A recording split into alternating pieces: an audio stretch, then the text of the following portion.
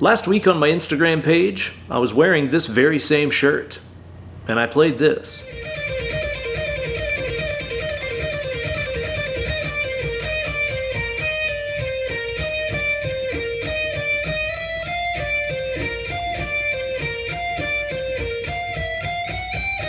And it raised a couple important questions. Number one, how long has the Meow Mix theme song been hiding in Don't Stop Believin' by Journey? The hard truth is, since the dawn of time. And the second question was, just how does Neal Schon of Journey play that repeating 2-note per string lick with such alternate picking precision? On today's video, we're gonna find out.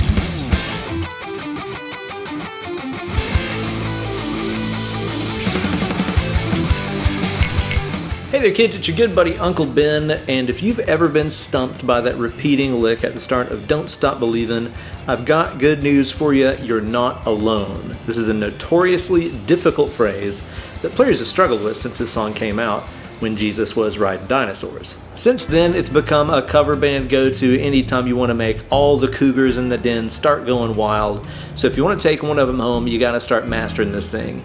And that's what we're going to talk about today, because there's a couple different strategies you could use and a few different approaches you could take. And the good news is, they're all correct if you approach it the right way. That's what we're going to talk about. As always, today's video is brought to you guys by Hawaiian Tropics Body Oil and my Patreon page over at patreon.com/BenEllerGuitars. Sign up today to get access to all kinds of bonus goodies like additional videos, backing tracks, downloadable tabs, and so much more. This week, everybody who oils up with some Hawaiian Tropics and supports my page gets access to a very special, super extended version of this video with 0 ads and way more information about the techniques that you're gonna need to master this thing. So don't delay. Sign up today over at patreon.com/BenEllerGuitars. Body oil. Gear-wise for today's video, I'm going to be playing my beloved Ibanez RG565 right here. This is one of those Genesis reissue models. It's amazing. Decked out in the Miami Vice teal and pink color scheme here. I got some Dimarzio pickups. My good buddy John Cooper just installed in here for me. Got that Mirage set, and they sound damn fantastic. Playing today through the Fractal Audio Axe FX3. It's very nice. I like things that are nice. Now let's get greasy and get into it.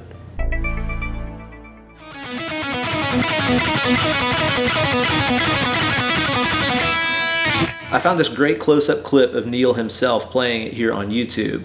Make note of his picking technique and the way he phrases it across those 2 strings. Fingering is a lot easier than a lot of people think. I'm doing it like this, but it's like...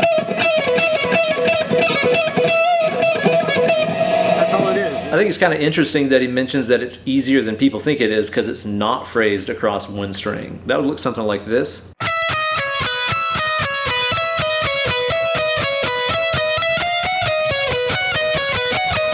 God damn it, I can't not play it. Phrasing it that way would make it a little more tricky from the left-hand perspective because you got to use all 4 fingers and it's a pretty big stretch.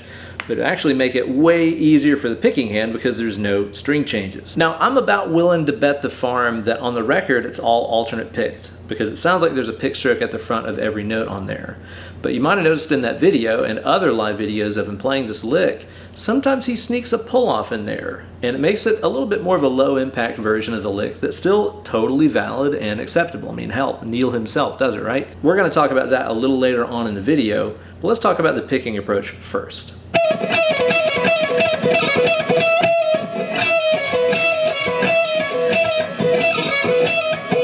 You'll notice how he kind of has his palm almost pointing towards the ceiling. He's kind of cupping the picking hand like this rather than having it parallel to the face of the guitar. It's more of an underhanded kind of approach.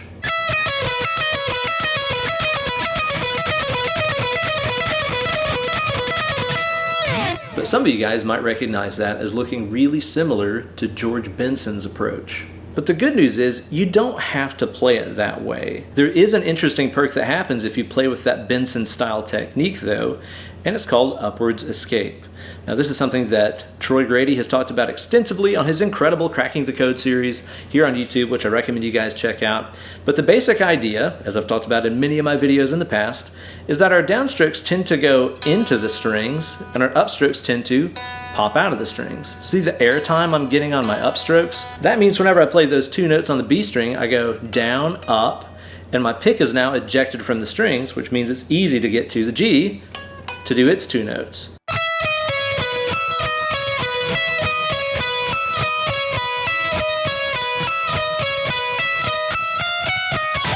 Damn it! If you're a leading edge picking player like myself, you can still do that upwards escape picking. Just be really conscious that your picking strokes are kind of at a diagonal motion where the downstroke goes into the strings and the upstroke pops out of the strings. Might look something like this. I'm going to play this an octave down here in the fretting position just so you can watch the picking hand a little bit more closely.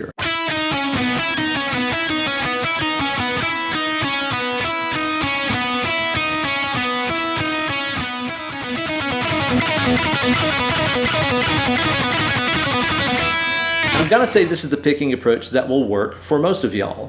Kind of going in and out. Just the way your mother likes it. You'll notice a lot of my picking motion here comes from more of a twist of the wrist. The old twisty wristy. It's really deceptive because from this angle, it might just look like I'm going down and up. But from this angle, you see it's really more of the twist of the wrist. You can do this a lot faster than you could do this. I think we've all hit our speed limit doing this at one point, right? Shaking hands with the youth pastor, if you know what I mean. And that's how you would approach this with upwards escape picking, which is how Neal does it. Now, there's some people out there that are just as inclined to use what we call downwards escape picking, which is the same stuff, just with a different set of angles. Our upwards escape was going in and out of the strings like this, right? Well, downwards escape picking does the opposite. The downstroke pops out of the strings, the upstroke goes into the strings. Looks something like this.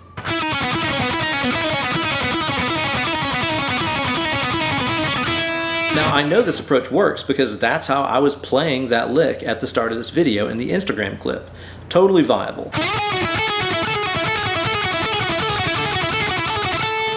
I know somebody down in the comments section is going to be asking about this. Whenever I play this with the downwards escape, as I've been doing right here, yes, I can feel the inside of my thumb rubbing up against the other strings.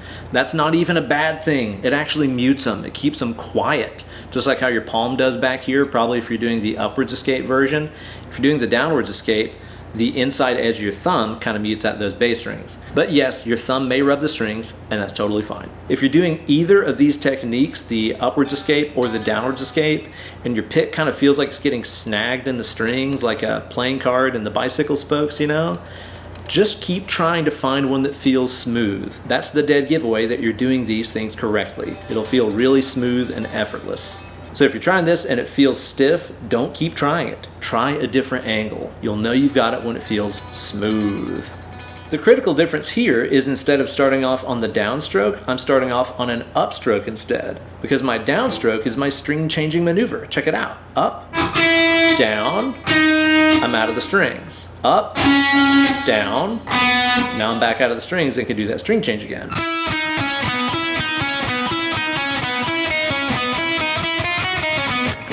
Men's asses.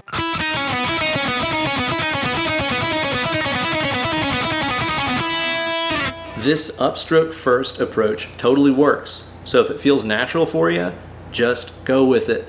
Don't feel any kind of burden to do it the way that Neal did it, just to say you're doing it just like Neal. To put this into perspective, imagine if I said, oh man, I can't really play Little Wing by Jimi Hendrix, because when I flip the guitar over and play with my right hand on the frets like he does, I play like a fucking idiot. You see how stupid that sounds? Just go with whatever comes naturally to you. But they were all of them deceived, for there was a third way to pick through this lick, far more devious and dark than the rest. And that would be getting into the realm of economy picking. Down, up, down. So it's like down, up, down, repeated.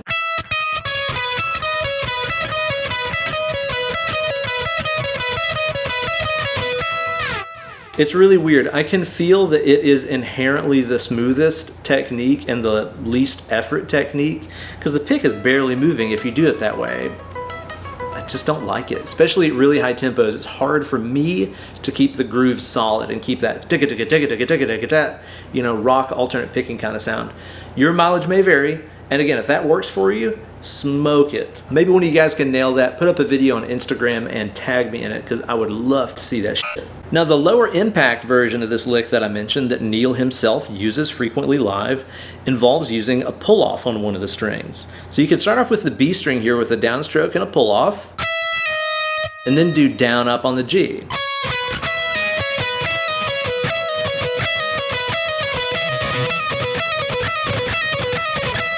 You could also reverse that and pick down up on the B, and then on the G, do a downstroke with a pull off. That gives your pick time to get back to the B. Again, totally valid, especially if you're like, 3 beers deep into your cover set and you're losing some of that picking articulation.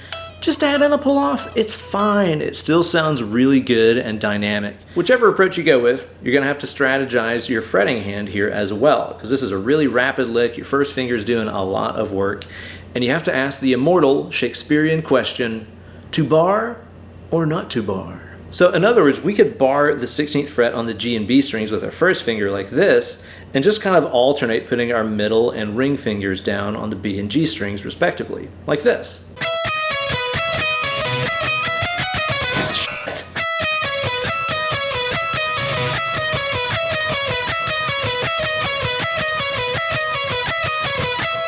The problem is you might end up with some bleed over if you just static bar like this. It might sound something like this.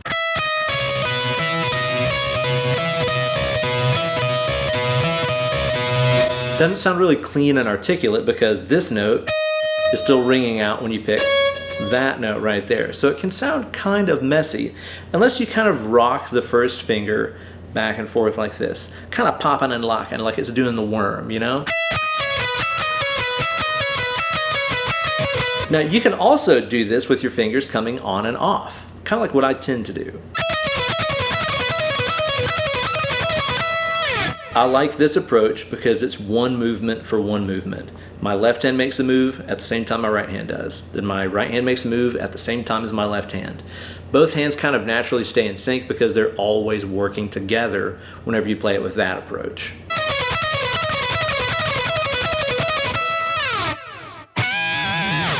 You'll notice in the video clip that's exactly how Neal does it too. Motion for motion, no bar with the first finger. But that doesn't mean that's how you have to do it. If you find the bar feels better to you and you can keep it clean and keep your groove locked in, I say go for it. I just had to turn my doggone air conditioning down because I noticed my cheeks were getting rosier than your stepmom's after a couple of Aperol spritzes at the Chili's. Cheers to her. So after you've chosen the form of your destroyer and found a technique set that works well for you and your playing, now it's time to get it up to speed. What I don't recommend doing is just turning your metronome on and playing that lick non-stop, trying to get it up a BPM at a time faster or whatever until you're blue in the face. That's actually the slowest way to learn how to do this. Check this out. To build strong muscle memory chains to play repeating licks like this, you gotta break it down into smaller links. What are chains made of? They're made of links, right? We gotta build those one at a time. First, let's build a 2-note chain. I know some of you guys are into that 2 chains, feller. Maybe this is for you.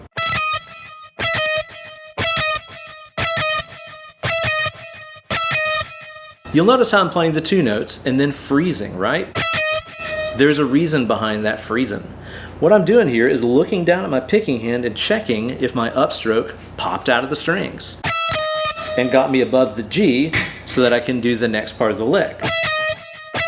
If you're doing the downstroke escape approach, reverse all this stuff. Do up down and make sure that that downstroke is out and away from the path of the strings, which is going to help you get to the G string for the next part of this. So practice your 2-note chains and observe the position of your pick after that second stroke.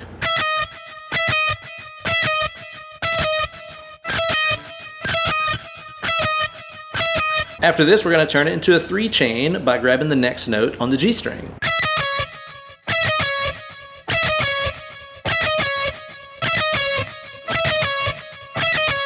Again, this is proving that the technique that I established there where my upstroke was popping out is working. Because if you did it correctly, you're going to be able to crash right down on that G to play the next note of the lick for your 3 chain.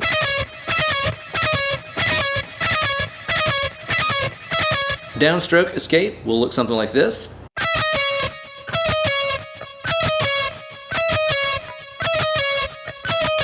Be sure to spend several minutes on the 2 chains and the 3 chains before you move on here. You want to get these super consistent, super accurate, and just be laying them out perfectly every single time before you start trying to build more on top of it. So after you get the 3 down, we're going to add in the last note of this and turn it into a 4 chain.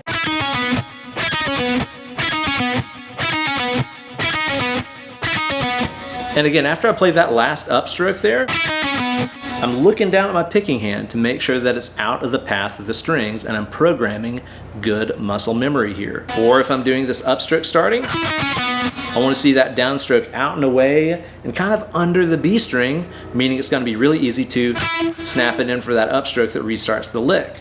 So practice your 4 chains here for a little while.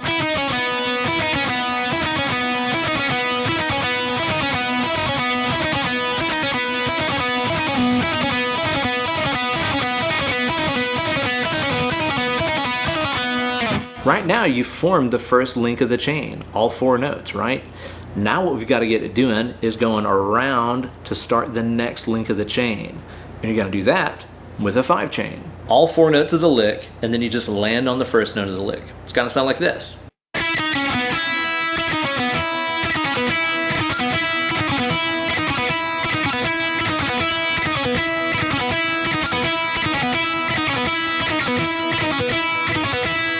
Or maybe yours looks like this. I don't care.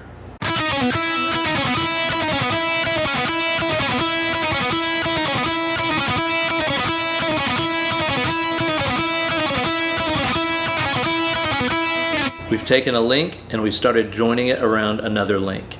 After you have that going, it's going to become increasingly easier to turn links into more links, into more links, into more links, into an endless chain of repeating Neal Schon fury.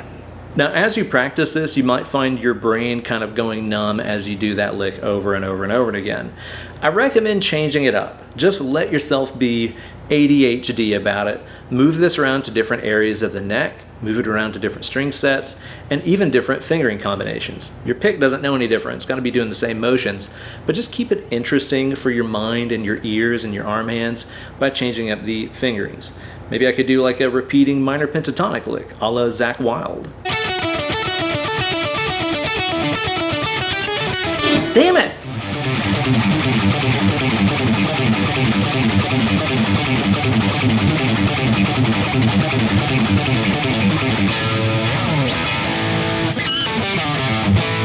Just remember, building a repeating lick like this is like making a chain. And how do you do that? Do you forge the whole thing at one time? No, you make it one link at a time. Hook it around the next link, which hooks around the next link. That's how you form a perfect chain, and this is how you're gonna finally get the sick 2-note per string lick from Don't Stop Believin' down. Let's get into it.